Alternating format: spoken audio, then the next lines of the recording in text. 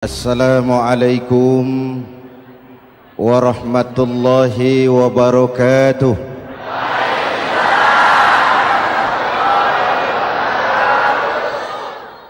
Alhamdulillah wassalatu wassalamu ala Rasulillah Sayyidina Muhammad ibn Abdullah wa ala alihi wa sahbihi wa mawalah, amma ba'du. Saudara-saudara kaum muslimin di seluruh tanah air, hari-hari pada minggu akhir Ramadan kita bersama-sama menyaksikan sebuah fenomena tentang pindahnya kegiatan umat dari masjid ke pasar, dari masjid ke terminal, dari masjid ke stasiun, dari masjid ke bandara. Apa boleh buat, itulah wajah kita. Bahwa lebaran artinya mudik, bahwa lebaran artinya baju baru dan makanan. Lebaran berbeda dengan Idul Fitri. Lebaran adalah tradisi yang setiap kita boleh ikutan. Siapa saja boleh ikut lebaran, tapi tidak tiap orang bisa merayakan Idul Fitri. Mau puasa atau tidak puasa, boleh lebaran. Tidak dilarang sama petugas keamanan. Mau ibadah Ramadan atau tidak melaksanakan ibadah Ramadan, boleh ikut lebaran. Tapi tidak berarti merayakan Idul Fitri, karena selalu ada kos dari apa saja yang kita lakukan. Saya mau cerita, mau dengar nggak? Ada dokter gigi, dokter baru. Satu sore praktek, pasiennya 4 orang nunggu duduk jejeran. Dipanggil pasien pertama, diperiksa, berlubang giginya, dicabut tanpa dibius. Namanya dokter baru. Pasien ini teriak, aduh sakit dok, tidak kuat, sakit. Teriakannya keras sekali. Pasien yang 3 orang yang nunggu gemeter, lari semua. Sudah saya dicabut, diobati, selesai, tanya, sudah selesai dok? Sudah mas. Berapa biayanya? 200.000. Loh, biasanya kan 50.000, kok 200.000? Biasanya sih memang 50.000, tapi siapa suruh kau teriak? Yang 3 lari.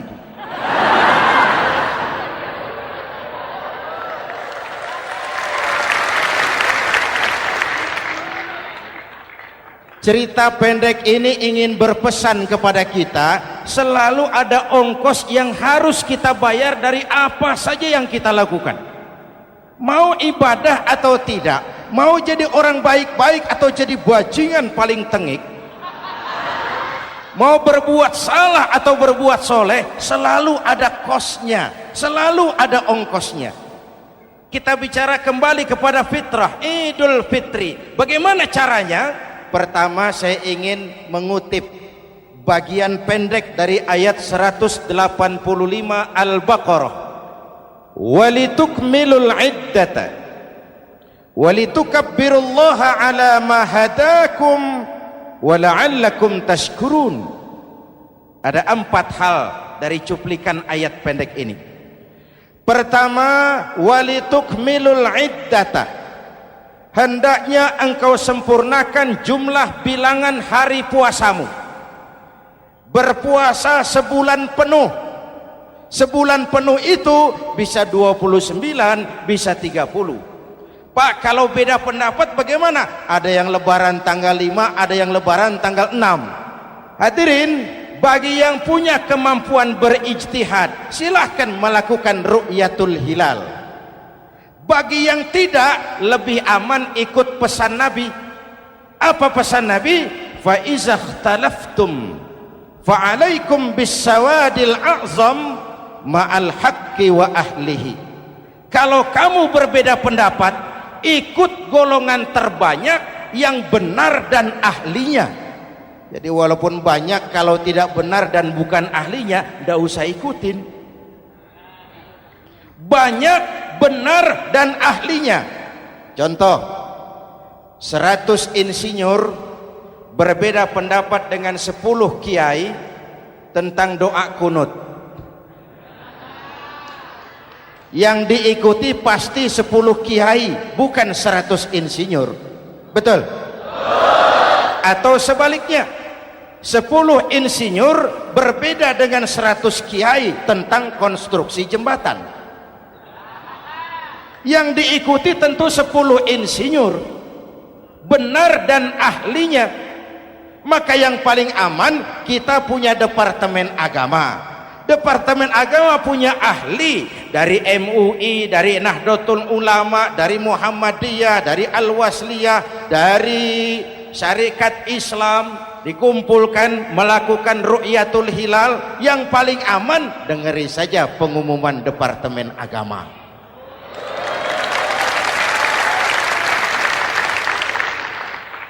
Tapi tetap menghormati mereka yang meyakini 1 Syawal jatuh pada tanggal 5. Beda boleh, marah jangan. Jelas? Saudara boleh suka tempe, tapi jangan menghina orang yang tidak suka tempe. Saudara boleh senang tahu, tapi jangan ngenyek karo wong yang senang tahu. Hadirin yang saya hormati, walitukmilul iddata. Kalau mau kembali kepada fitrah, sempurnakan jumlah bilangan hari puasamu.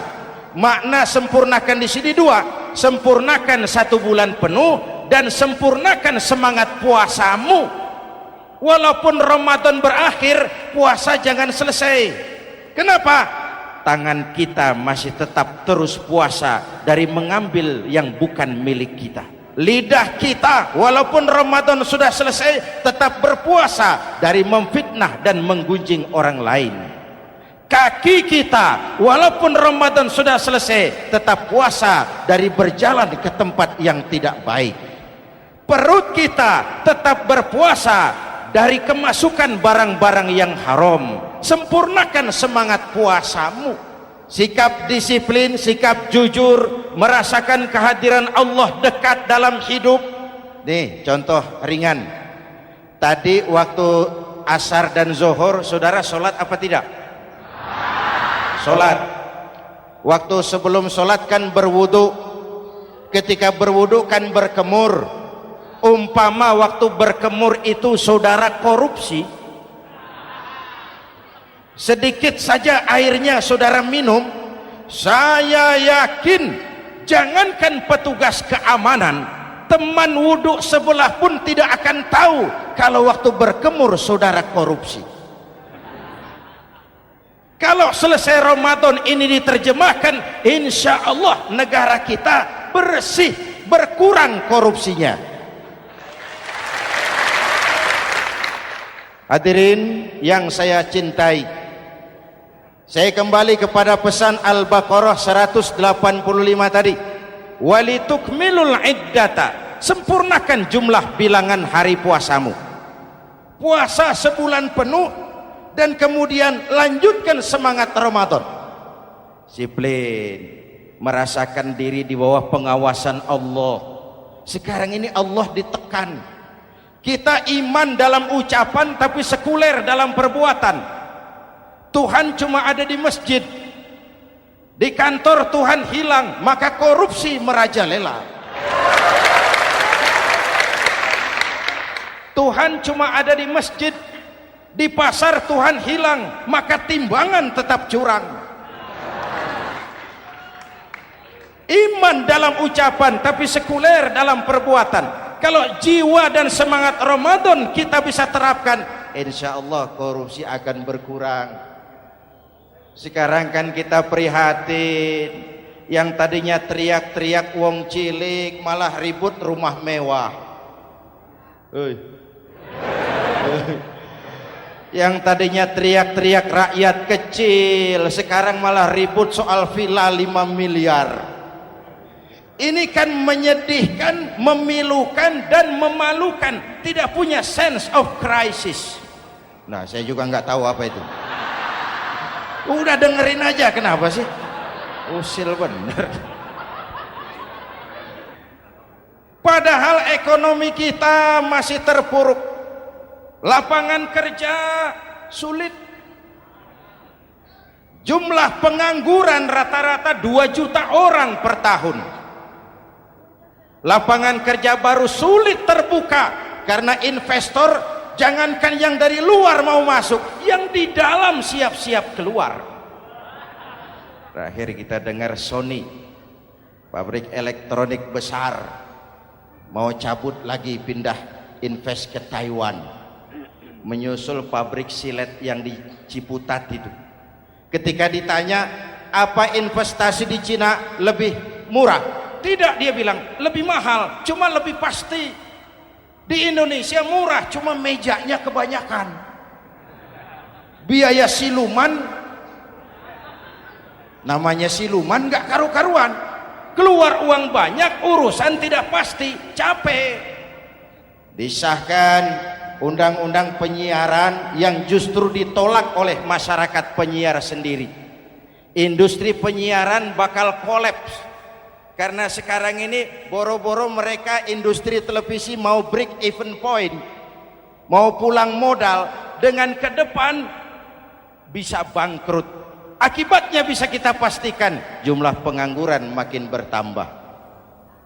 Hadirin yang saya hormati, kita memang setuju jangan terlalu mengadopsi siaran-siaran televisi dari luar, kita harus punya filter. Tapi pada sisi yang sama kita juga harus memperhatikan lapangan kerja buat rakyat kita ini. Walitukmilul iddata, sempurnakan jumlah bilangan hari puasamu. Kalau jumlah hari puasa sudah sempurna, tuntunan yang kedua dari Al-Quran, walitukabbirullah, hendaknya engkau agungkan nama Tuhanmu. Takbiran.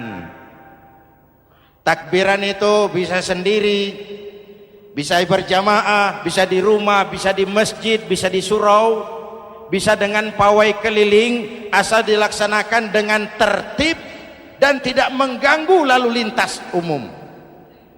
Prakteknya yang terjadi, pawai keliling itu mengganggu ketertiban umum, perang petasan, mengganggu lalu lintas. Terjadi macam, ada yang takbiran bawa bendera partai. Innalillahi wa inna ilaihi rajiun. Ini takbir politik. Hadirin yang saya hormati, kalimat takbir dalam kondisi kita, saya ingatkan kepada satu ungkapan Bung Tomo. Bung Tomo, pelaku sejarah, tokoh 10 November yang dikenal sebagai Hari Pahlawan, dalam satu pidatonya saya ingat pernah berkata, andai kata tidak ada kalimat takbir, ini ungkapan Bung Tomo, andai kata tidak ada kalimat takbir, saya tidak tahu dengan apa saya harus menggerakkan putra-putra terbaik bangsa untuk bangkit berjuang melawan penjajah.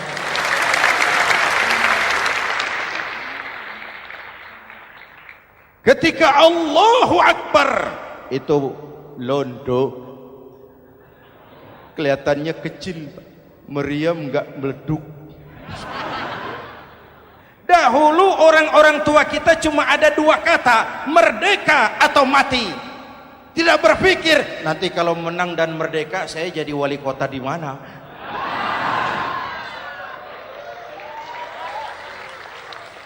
Kalimat takbir, bangsa ini harus bangkit dari keterpurukan. Bangsa ini harus bangkit mengejar ketinggalan-ketinggalannya. Bangsa ini tidak boleh terpuruk terus, dan semangat takbir harus menjiwai kita.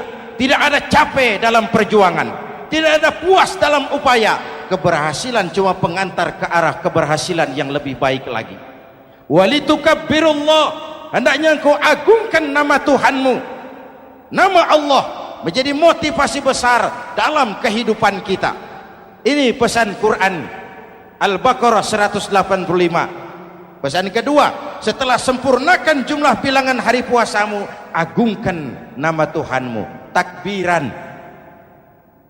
Kalimat takbir sendiri kalau kita lihat pada kalimatnya ada kata la ilaha illallah wahdah sadaqa wa'dah wa nasara 'abdah wa a'azza jundah wa hazamal ahzaba wahdah.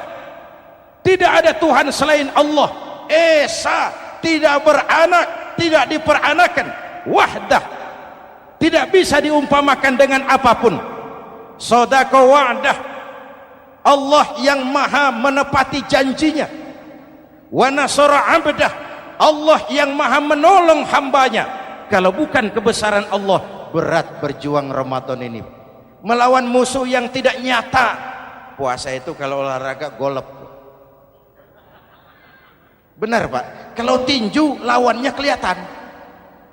Betul. Sepak bola musuh kelihatan, bulu tangkis kelihatan, golf siapa musuhnya? Itulah puasa, menghadapi musuh yang tidak kelihatan. Itu lebih berat daripada perjuangan mengangkat senjata, lebih berat daripada berjuang mengorbankan harta. Tapi kalau di bulan Ramadan saja Rasulullah menang dalam perang Badar, itu harus jadi sumber motivasi. Dengan kalimat takbir, dengan keagungan Allah, bangsa Indonesia harus bangkit dari keterpurukan. Ibu bapak hadirin yang saya hormati, jadi bukan akhir Ramadan lalu sibuk beli baju. Boleh, boleh, tapi bukan itu yang utama. Laisal id bilibasin jadid walakinnal id bita'atin yazid. Idul Fitri bukan pakaian baru. Idul Fitri adalah ketaatan yang meningkat, yang telah ditempa, digojlok, digembleng oleh Ramadan. Jadi kalau Ramadan rajin baca Quran, lalu selesai Ramadan sayonara Quran, latihan tidak berhasil. Ramadan rajin ke masjid, selesai Ramadan selesailah ke masjid. Awal Ramadan full house sampai ke halaman, akhir Ramadan cuma imam berdua tikar. Masjid kembali senyap, padahal masjid adalah pusat kegiatan umat. Saudara lihat dari sejarah, ketika hijrah ke Madinah, Rasul singgah di Kuba. Apa yang beliau lakukan? Membangun masjid. Ketika sampai di Madinah, kesibukan pertama beliau apa? Mencari rumah dinas? Bukan. Kesibukan pertama beliau mencari lokasi di mana membangun masjid. Isra dan Mi'raj, perjalanan besar dimulai dari masjid ke masjid. Ini indikasi masjid memang merupakan pusat kegiatan umat. Umat Islam dengan masjid seperti ikan dengan air, tidak boleh pisah. Ada ikan yang tidak betah di air? Ada. Ikan mau modar. Kalau umat sudah mulai menjauhi masjid, jiwanya yang akan mati. Kalau jiwanya mati, jasadnya masih hidup, itu namanya bangkai berjalan.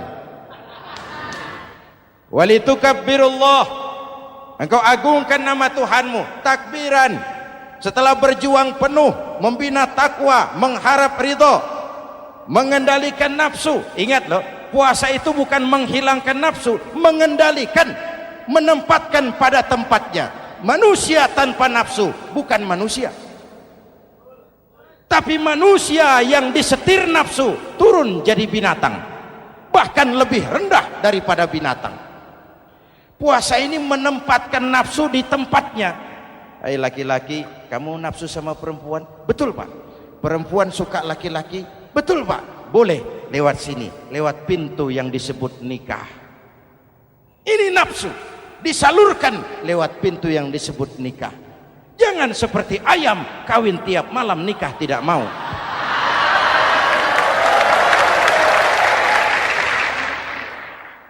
Hai manusia, nafsu kepada materi, kepengen kaya? Iya Pak, boleh. Usaha yang halal, jual beli yang halal. Wa ahallallahu al-bai'a wa harrama riba. Allah halalkan jual beli. Jangan ingin kaya lalu makan renten, ingin kaya lalu korupsi, ingin kaya lalu buka peternakan tuyul. Manusia ingin berkuasa, boleh, tapi tetap punya etika dan moral. Jangan ingin berkuasa lalu fitnah, ingin berkuasa lalu mengadu domba orang, ingin berkuasa lalu menghalalkan segala cara. Puasa menempatkan nafsu pada tempatnya. Manusia yang dikendalikan nafsu lebih puas daripada binatang. Saya punya ungkapan lama, sebuas-buasnya kerbau makanannya tetap rumput. Saya belum pernah dengar ada kerbau terlalu buas lalu makan roti. Betul? Tapi manusia kalau sudah dikendalikan nafsu, manusia bukan cuma makan nasi, aspal, semen, kertas, minumnya solar, jauh lebih buas daripada binatang. Inilah puasa, arep nguwong kewong, agar manusia itu jadi dirinya, fitrahnya, jangan dikendalikan oleh nafsu. Kita ini sudah diciptakan fi ahsani taqwim. Masya Allah. Presented by the Integral CJ's Management.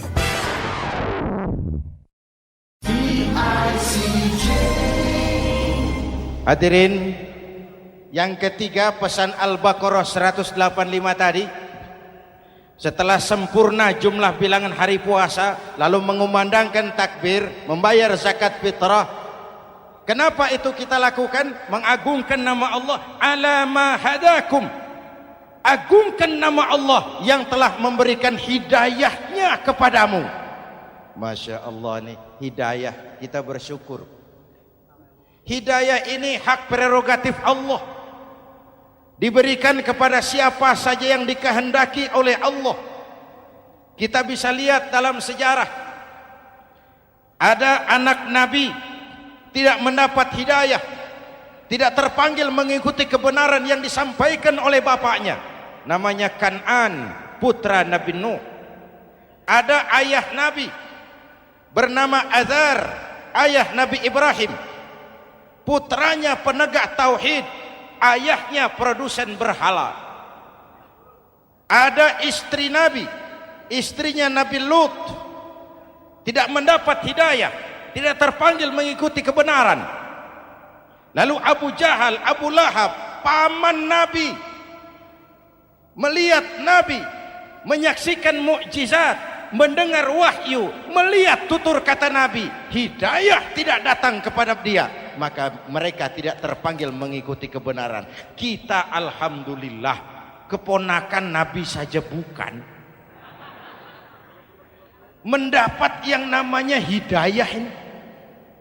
Ini harus kita pelihara, kita jaga baik-baik, karena ini merupakan hak prerogatif Allah. Yahdi man yasha, diberikan kepada siapa saja yang dikehendakinya. Hadirin, sembari kita mengambil pelajaran tentang Kan'an yang tidak dapat, putra Nabi Nuh. Ini saya ngambil bagian cerita sejarah, masih mau dengar? Nabi Nuh diberi umur 950 tahun, berdakwah sepanjang hidup. 800 tahun beliau dakwah, dapat pengikut tidak lebih 80 orang, rata-rata 10 tahun satu. Yang dihadapi ini umat yang kurang ajar, bandel, bajingan, tengik. Kalau diceramahi, telinganya ditutup dengan tangannya. Ini saking kurang ajarnya ini umat. Diberikan dakwah, telinganya ditutup dengan tangan. Nabi Nuh ketika di puncak kesabarannya munajat, ya Rabb, bagaimana Nuh? Siang malam saya berdakwah kepada umat ini, saya sampaikan risalahmu, saya canangkan seruanmu, saya sampaikan ajaranmu. Inni da'autu qaumi lailan wa nahara, siang malam saya berdakwah kepada umat. Wa inni kullama da'autuhum ja'alu asabi'ahum fi adhanihim. Tiap kali saya sampaikan dakwah kepada mereka, mereka tutup telinganya dengan tangannya. Saya tidak sanggup menghadapi umat seperti ini, ya Allah. Habis mau kamu bagaimana, Nuh? Sikat saja sudah semua ini. Bikin mati saja. Nanti kalau punya anak, anaknya kafir lagi. Lebih baik bapak moyangnya, mbah-mbahnya sikat semua. Rabbi la tazar 'alal ardi minal kafirina dayyara. Jangan disisakan orang kafir. Habisin semua. Itu mau kamu? Iya. Buat kapal Nuh, nanti aku turunkan banjir. Dengan apa saya membuat kapal, ya Rabb? Pakai kayu, Nuh. Kayunya dari mana, ya Rabb? Dari pohon tentu. Pohonnya belum ada, ya Rabb. Tanam dulu, Nuh. Membuat kapal, kayunya nanam pohon dulu. Apa artinya? Perjuangan bukan simsalabim abragedabra. Perjuangan bukan makan lombok, ini hari dimakan, ini hari pedas. Perjuangan itu proses. Ada keringat, ada air mata, ada darah, tempo-tempo nyawa. Itulah perjuangan. Sudah pohon ditebang, buatkan kapal di tengah kampung. Umat unjuk rasa lagi. Nuh makin gila. Bikin kapal di tengah kampung, mau belayar kemana? Selesai Nuh, selesai ya Rob. Naik. Orang-orang yang beriman bersamamu, naik.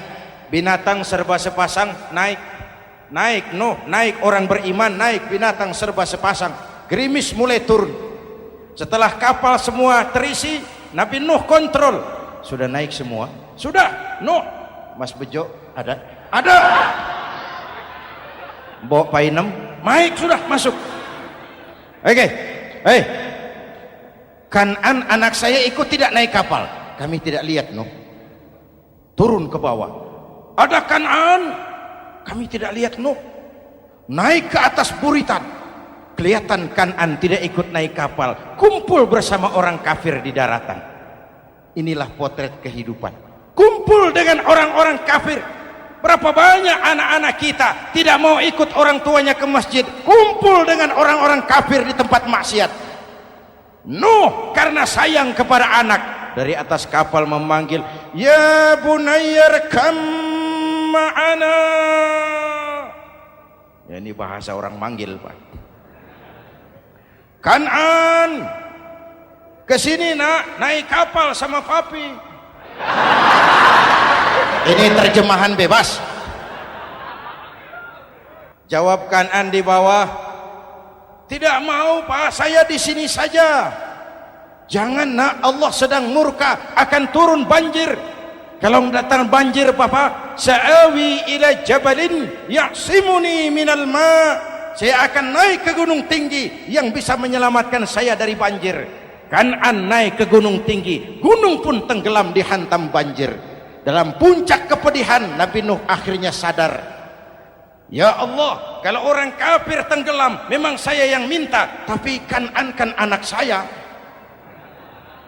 Nuh, anggap Kan'an bukan anakmu. Wa innahu amalun ghairu salih. Nuh sadar, akhirnya bilang, ana urid wa anta turid wallahu fa'alun lima yurid. Aku punya kemauan, kau Kan'an punya kemauan, Allah juga punya kemauan. Kemauan Allah lah yang akhirnya jadi kenyataan. Nek sekarang juga kita ngadepi musim banjir. Bukan banjir air saja, banjir peradaban-peradaban yang masuk ke negeri kita. Banjir maksiat, banjir munkarot.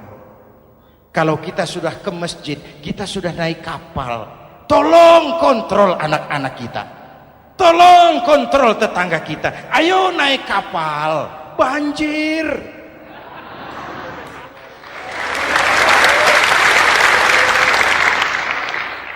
Ditutup ayat ini dengan wala'allakum tashkurun.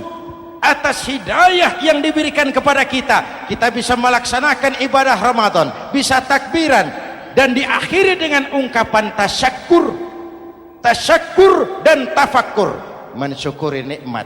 Saya berulang kali mengingatkan, nikmat bisa berubah menjadi azab kalau kita tidak pandai mensyukurinya.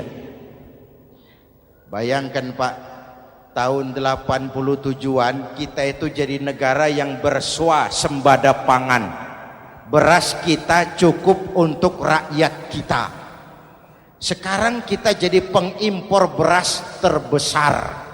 Kita beli beras ke Vietnam, kita beli beras ke Thailand, ke negara-negara yang lebih kecil dari kita. Kenapa? Karena sawah kita tanami gedung dan beton. La in syakartum la azidannakum wa la in kafartum inna adzabi lasyadid. Kalau kamu bersyukur, aku tambah nikmat.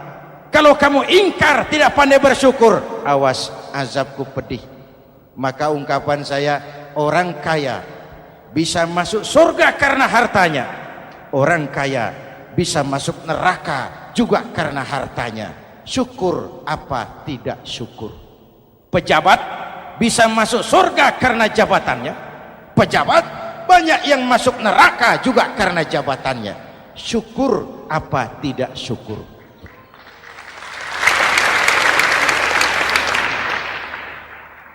Orang alim, kiai bisa masuk surga karena ilmunya. Orang alim pun bisa masuk neraka lebih dulu dari penyembah berhala juga karena ilmunya. Syukur apa tidak syukur? Kasih jabatan sebagai pemimpin lalu menyadari sayyidul qaumi khadimuhum. Pemimpin suatu umat adalah pelayan bagi umat itu. Pelayan harus melayani, bukan minta dilayani. Selama ini kita memandang jabatan itu jalan pintas menuju kaya. Jabatan itu artinya kekuasaan dan fasilitas, maka yang lahir rampok-rampok baru.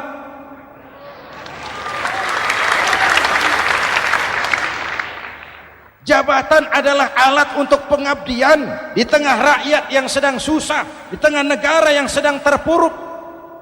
Kita memerlukan pemimpin-pemimpin yang sadar sayyidul qaumi khadimuhum. Pemimpin suatu kaum adalah pelayan bagi kaum itu sendiri. Ibu bapak hadirin yang saya hormati, dengan mensyukuri itu maka makna Idul Fitri meresap kembali kepada fitrah kita sebagai manusia. Fitrah kesucian. Secara sederhana orang gambarkan kembali kepada fitrah seperti bayi baru dilahirkan oleh ibunya, bersih, suci, tanpa dosa, lantaran sudah dibersihkan oleh ibadah Ramadan. Tapi para ulama khalaf ada yang mengartikan fitrah itu kecenderungan kepada kebajikan, kecenderungan kepada kebaikan. Itu juga fitrah. Kembali kepada fitrah manusia, kecenderungan untuk berbuat baik. Kita lahir bayi tidak punya dosa, betul? Tidak ada dosa warisan dalam Islam. Kalau harta warisan ada, dosa warisan tidak. Karena itu dalam Islam juga tidak ada penebusan dosa. Kalau dosa bisa ditebus dengan uang, tentu Menteri Keuangan nomor 1 masuk surga.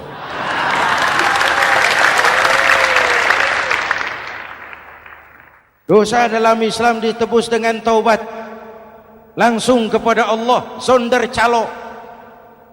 Hadirin yang saya hormati, kembali kepada fitrah seperti bayi baru dilahirkan oleh ibunya, bersih, tidak punya dosa kepada Allah lantaran sudah dibersihkan oleh ibadah Ramadan. Soalnya kemudian kita kan tidak hanya bersalah kepada Allah, kita ini juga bergaul dengan sesama manusia, betul? Sebuah hadis, sahabat ditanya oleh Rasul, atadruna manil muflis? Saudara-saudara tahu kamu siapa orang yang bangkrut? Oh Rasul, orang bangkrut yang tidak punya uang, orang bangkrut yang tidak punya harta. Salah kata Rasul, innal muflisa min ummati, yang bangkrut dari golongan umatku, yang besok di hari kiamat datang menghadap Allah dengan membawa pahala solat, membawa pahala zakat, membawa pahala haji, membawa pahala sedekah pada satu pihak.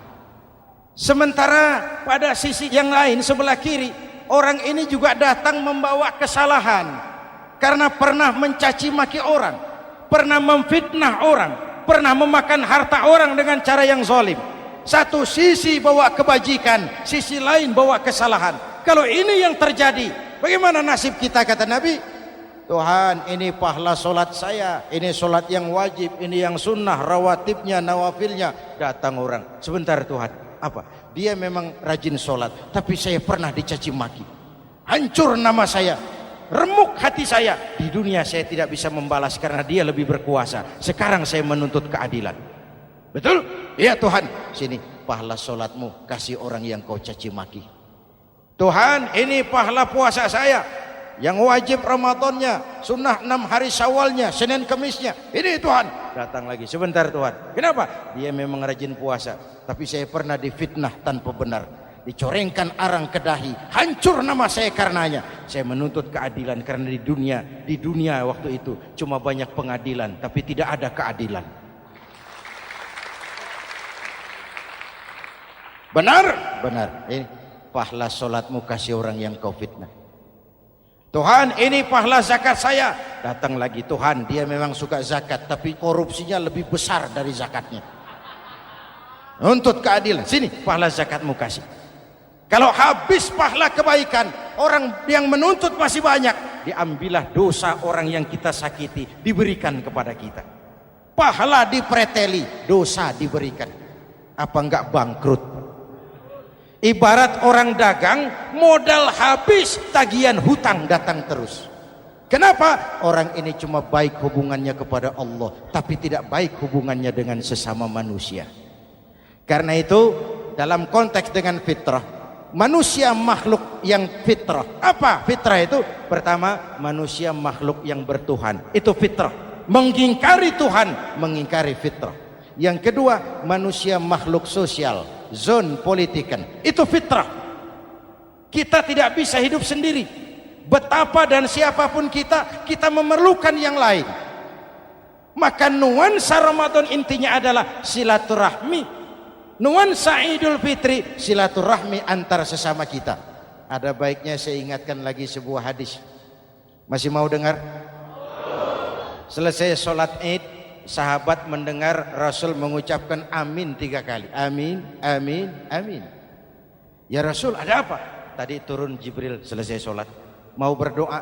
Muhammad, aku mau mohon kepada Allah, mau kau aminkan? Silahkan Jibril. Jibril doa, Rasul amin. Doanya 3 macam permohonan, maka Rasul 3 kali mengucapkan amin. Kalau sudah Jibril yang doa, Rasul yang amin, apa iya doanya ditolak? Apa isi doanya? Yang pertama, ya Allah, doa malaikat Jibril. Hari ini 1 Syawal, waktu itu doanya, saya mohon kepadamu, jangan engkau terima puasa dan ibadahnya anak yang durhaka kepada ibu bapaknya. Rasul mengucapkan amin. Renungan buat kita. Itu sebabnya barangkali sesibuk-sibuk di Jakarta masih mau mudik nemui orang tua. Yang kedua, ya Rabb, saya mohon kepadamu, jangan engkau terima puasa dan ibadahnya istri yang durhaka kepada suaminya. Amin. Kedengaran Bu? Ada ibu-ibu tanya, Pak, kalau suami yang durhaka sama istrinya bagaimana? Hadisnya tidak menjelaskan itu, Bu.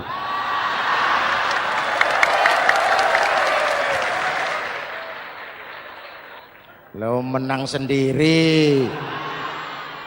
Yang jelas suami itu presiden rumah tangga, dimintakan tanggung jawab tentang istrinya. Nah istri swargo manut neraka kadut.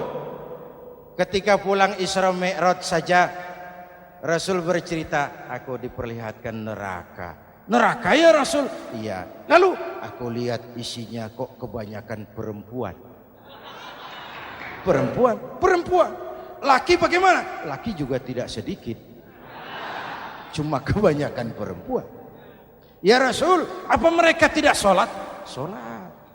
Apa mereka tidak ngaji? Oh, rajin mereka sama suaminya. Kenapa banyak mereka di sana? Rasul senyum dan menjawab, hunna yakfurnal asir. Umumnya perempuan kurang bisa terima kasih sama suaminya.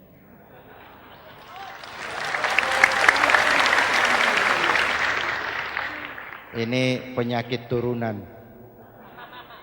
Oi, ngaku oi. Lalu yang ketiga, ya Allah, hari ini saya mohon kepadamu, jangan engkau terima puasa dan ibadahnya muslim yang tidak mau memaafkan sesama saudaranya muslim. Memaafkan lebih berat daripada meminta maaf, tapi memberi maaf lebih mulia daripada meminta maaf. Inilah nuansa mengembalikan semangat saling menghargai, saling mencintai, keutuhan, kerukunan, dan kedamaian. Sudah capek kita rakyat dengan konflik. Sudah capek kita dengan mengedepankan perbedaan dan bukan persamaan. Sudah waktunya kita berbeda tapi tetap bergandengan, tetap bersama menyongsong hari esok yang lebih baik. Mintalah ridho ibu bapak, suami kepada istri, istri kepada suami, dan memaafkan sesama saudara muslim sehingga kita benar-benar kembali kepada fitrah. Terima kasih dan mohon maaf, semoga ada manfaatnya. Usikum wa nafsi bitaqwallah. Wassalamualaikum warahmatullahi wabarakatuh.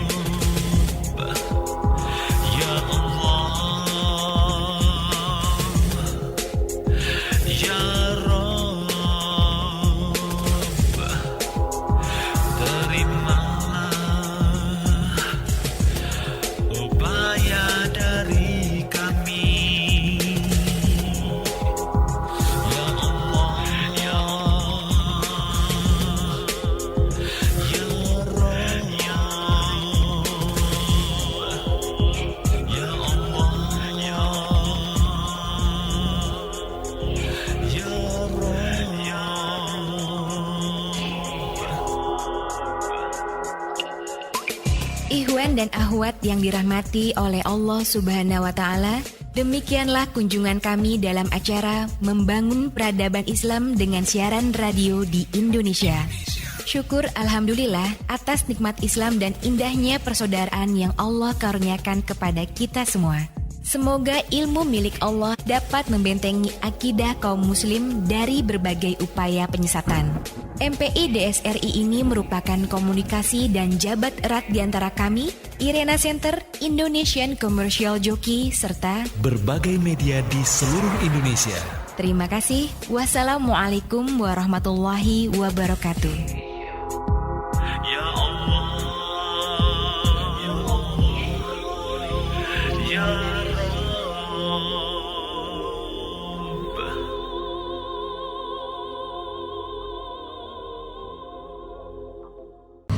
Ikhwan dan akhwat yang dirahmati oleh Allah Subhanahu wa Ta'ala, Assalamualaikum warahmatullahi wabarakatuh.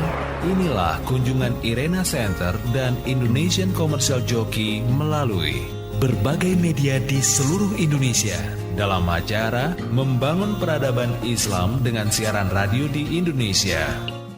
ICJ